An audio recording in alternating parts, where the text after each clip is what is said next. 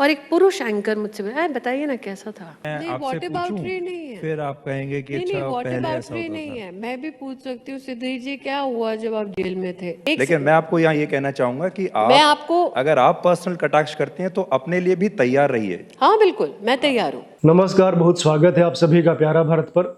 आजकल कैबिनेट मंत्री स्मृति ईरानी काफ़ी चर्चाओं में है। पहले चर्चा उनकी हो रही थी कि अमेठी में एक पत्रकार से अभद्रता कर रही थी। पत्रकार कोई प्रश्न उनसे पूछना चाहता था, कुछ उनसे बात चाहता था कि वो कुछ बात कह दें, लेकिन स्मृति ईरानी कह रहे थे कि आप जो है अमेठी का अपमान नहीं कर सकते हैं। आप भाई दैनिक भास्कर के हैं या किसी के भी हैं तो आपके एडिटर से मैं शिकायत कर दूंगी। इस तरह की बात स्मृति ईरानी पहले कह रही थी। आप कैबिनेट मिनिस्टर हैं, 3 मंत्रालय आपके अंडर में हैं, और इस तरह की बातें कहना स्मृति ईरानी का समझ से परे था। उसके बाद स्मृति ईरानी का एक और वीडियो वायरल हुआ था कि एक कोई किसी गरीब व्यक्ति से वो मिल रही थी और उस गरीब व्यक्ति ने कांग्रेस का टी शर्ट पहन रखा था, पीछे जो है कांग्रेस का सिंबल बना हुआ था, तो उसका मजाक वो उड़ा रही थी। अब समझ सकते हैं कि स्मृति ईरानी भारतीय जनता पार्टी की हैं, सांसद भी हैं, कैबिनेट मिनिस्टर भी हैं, तो उनसे कोई सहयोग मांगने आया है, मदद मांगने आया है, तो वो कांग्रेस की टी शर्ट पहन के क्यों आया है, और वो दिखा रही थी उसको। तो भाई वो किसी भी पार्टी का हो या कुछ भी हो, गरीब व्यक्ति है, उसके पास वही टी शर्ट है, उसको कांग्रेस वालों ने दी होगी, वो वही पहन के आ गया। अब किसी के इस प्रकार से गरीबी का मजाक उड़ाना सही नहीं है। तो दूसरी वीडियो ये थी। तीसरी स्मृति ईरानी चर्चाओं में अभी थी कि जो संसद में नो कॉन्फिडेंस मोशन के दौरान राहुल गांधी ने उन्हें फ्लाइंग किस दी थी, उस पर काफ़ी चर्चा में रही। उसके बाद नो कॉन्फिडेंस मोशन में ही जिस प्रकार से राहुल गांधी ने पहले बोला कि बीजेपी वालों ने मेरी भारत माता को मारा है, आप हत्यारे हैं, आप देशद्रोही हैं, उसके बाद एक्सपेक्ट ये किया जा रहा था कि जो है राहुल गांधी का जवाब मोदी जी देंगे, सीधा मोदी से टक्कर लेने का प्रयास कांग्रेस पार्टी ने किया था। लेकिन ऐसा होता नहीं, स्मृति ईरानी आती हैं उसके बाद राहुल के भाषण के जस्ट बाद, और वो राहुल गांधी की धज्जियाँ उड़ा देती हैं। तो ये चर्चा में रही। उसके बाद अब स्मृति ईरानी चर्चा में है। आज तक में एक इंटरव्यू के दौरान सुधीर चौधरी जी उनका इंटरव्यू ले रहे थे, और उस इंटरव्यू में सुधीर चौधरी ने उनसे टमाटर पर कुछ प्रश्न पूछ लिया, जिससे वो भड़क गई और वो कहीं कि आप भी तो तिहाड़ जेल में गए थे, तो आपको कैसा, आप भी तो मतलब जेल में गए थे, तो आपको कैसा लग रहा था। तो ये काफ़ी आजकल चर्चाओं में है स्मृति ईरानी।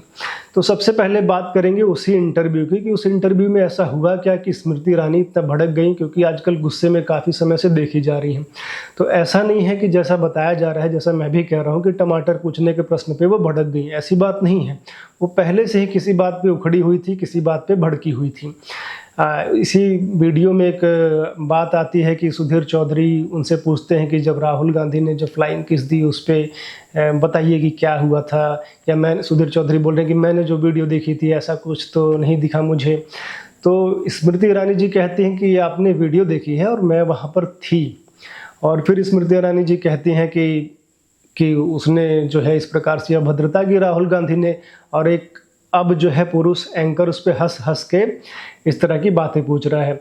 और स्मृति ईरानी ने चैलेंज भी किया सुधीर चौधरी को कि जिस प्रकार की हरकत राहुल गांधी ने संसद में की, आपके चैनल की मालकिन बैठी हुई हैं और आपके चैनल की 3 एंकर्स, वहाँ पे श्वेता सिंह थी, चित्रा त्रिपाठी थी, अंजना ओम कश्यप थी, उनके प्रति ये हरकत आप कर सकते हैं क्या। तो सुधीर चौधरी हंसने लगे। तो स्मृति ईरानी कहने लगी कि इसमें हंसने वाली कौन सी बात है सुधीर जी, आप हंस किस बात पर रहे हैं। मतलब सुधीर चौधरी को वहाँ पे हंसना बिल्कुल नहीं चाहिए था, जिस प्रकार की हंसी सुधीर चौधरी दिखा रहे थे, क्योंकि मामला सीरियस था। स्मृति ईरानी काफ़ी सीरियस टॉपिक पे बात कर रही थी और ये काफ़ी वाकई में सीरियस था, लेकिन इसमें सुधीर चौधरी इसको लाइटली ले रहे थे। वहाँ पे यदि आप इंटरव्यू देखेंगे, मैं कुछ पार्ट लगा दे रहा हूँ, देखिएगा, तो स्मृति ईरानी काफ़ी आक्रोश में वहाँ पर आ रही थी, और आना बनता भी है, क्योंकि राहुल गांधी ने जब ये फ्लाइंग किस किया, अब किसको किया ये तो फिर एक डाउट है, तो जब किस किया तो उसके बाद कई सारे कांग्रेसी नेताओं का, उनके समर्थकों के कई सारे वीडियोस आए। एक वीडियो में तो एक कोई एमएलए है कांग्रेस पार्टी की, वो कह रही कि राहुल गांधी जी एक बार बोले तो उनके लिए लड़कियों की लाइन लग जाए, उनको क्या हो सकता है कि ये 50 साल की बुढ़िया को फ्लाइंग किस देने के लिए, ये मानसिकता।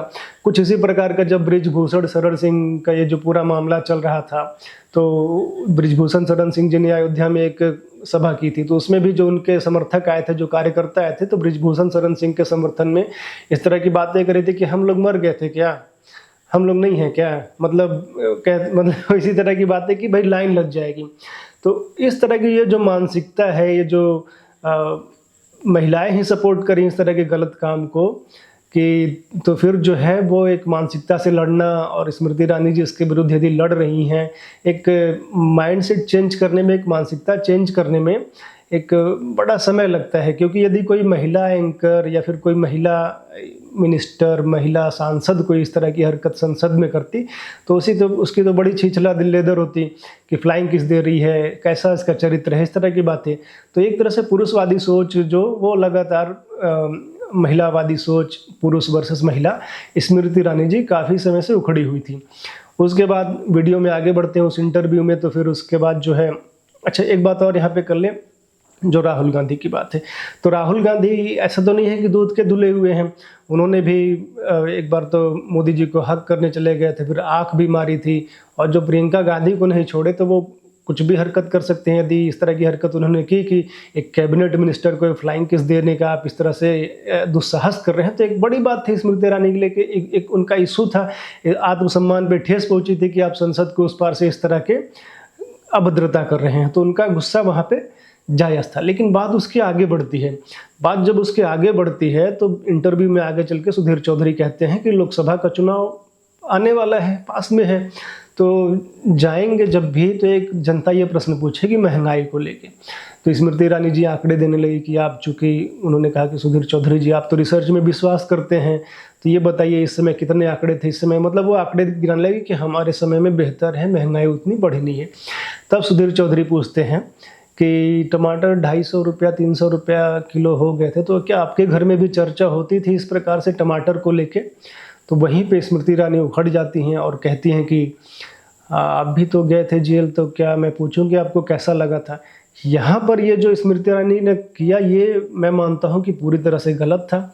इतना बड़ा प्रश्न भी नहीं था कि एक छोटा सा प्रश्न कि भाई टमाटर 250-300 रुपये किलो हो गए थे, आप एक जवाब दे सकते थे कि ये टेम्प्रोरी फेज़ है, ऐसा तो नहीं है कि टमाटर 250-300 किलो ही रहेगा, टेम्प्रोरी फेज़ है। या बाद में उन्होंने जवाब भी दिया स्मृति ईरानी ने कि मैं जिनसे ब्याही गई हूँ, भैया नहीं, मैं ऐसा कही कि मैं जिनसे ब्याही गई हूँ वो खेती भी करते हैं, तो वो टमाटर भी उगाते हैं, तो हमें खरीदना नहीं पड़ता। तो ये बात स्मृति ईरानी पहले भी कह सकती थी, लेकिन इस तरह से कहना, इस तरह से पर्सनल होना, वो कह रही कि आप पर्सनल हो गए, आपने मुझसे पर्सनल पूछा, इसमें पर्सनल क्या है, एक नॉर्मल है।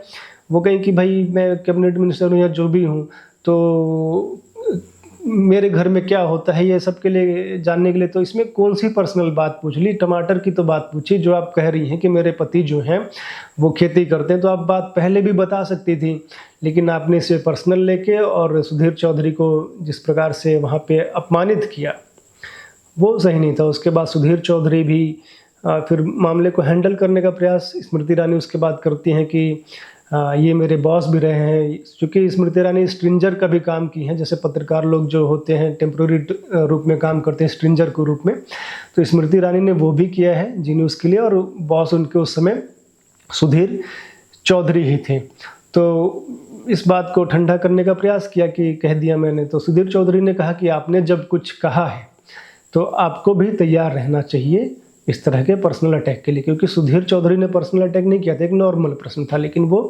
पर्सनल हो गई। अब सुधीर चौधरी यदि पर्सनल अटैक करते हैं तो क्या करते हैं?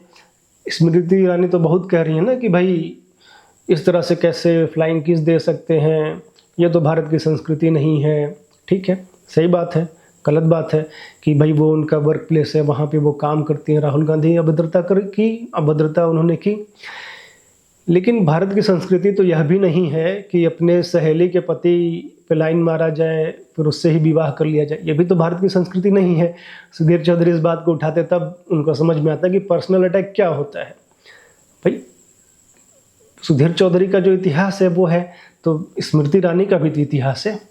स्मृति ईरानी जब पहली बार जब मिनिस्टर बनी थी तो एजुकेशन मिनिस्टर बनी थी, तो उनके डिग्री को लेके बात आई थी कि फेक डिग्री है, तो उस पर पूछते हैं, तब वो दिल मिलाती, तब समझ में आता। तो ये जो स्मृति ईरानी ने किया है बिल्कुल गलत किया है।